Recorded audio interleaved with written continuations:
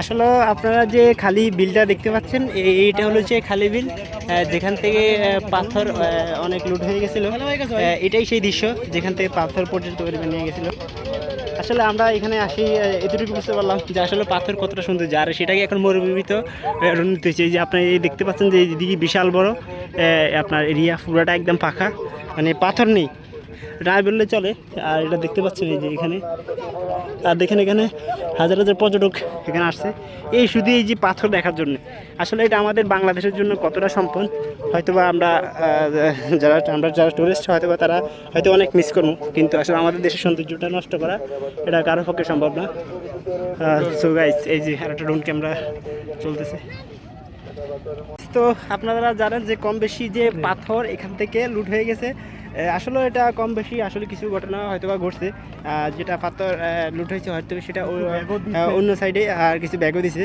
আর আমরা যে বর্তমান যেখানে দাঁড়িয়ে আছি এখানে পর্যাপ্ত পরিমাণ পাথর আপনারা দেখতে পাচ্ছেন, যে এখানে দেখছেন আপনারা যে পাথরগুলা পর্যাপ্ত পরিমাণ পাথর আছে।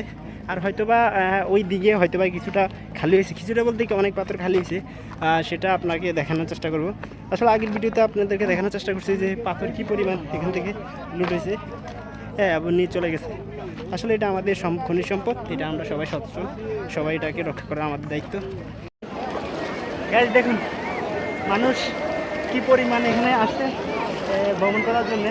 আপনাদেরকে ভিডিওটা না দেখলে হয়তো বুঝতে পারবেন না।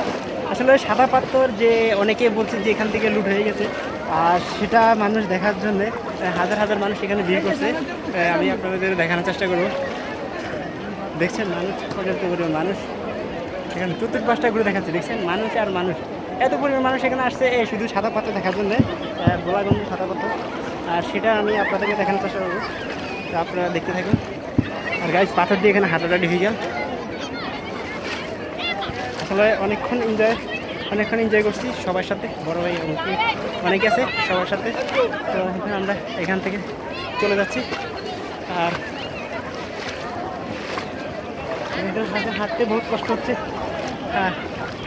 দেখেন ওই যে আমার বড় ভাইয়ের সামনে আচ্ছা রোদ, দুপুরবেলা রোদ, তার জন্য কিছু দেখা যাচ্ছে না। তো বাবা পায়ে অবস্থা একবার খারাপ।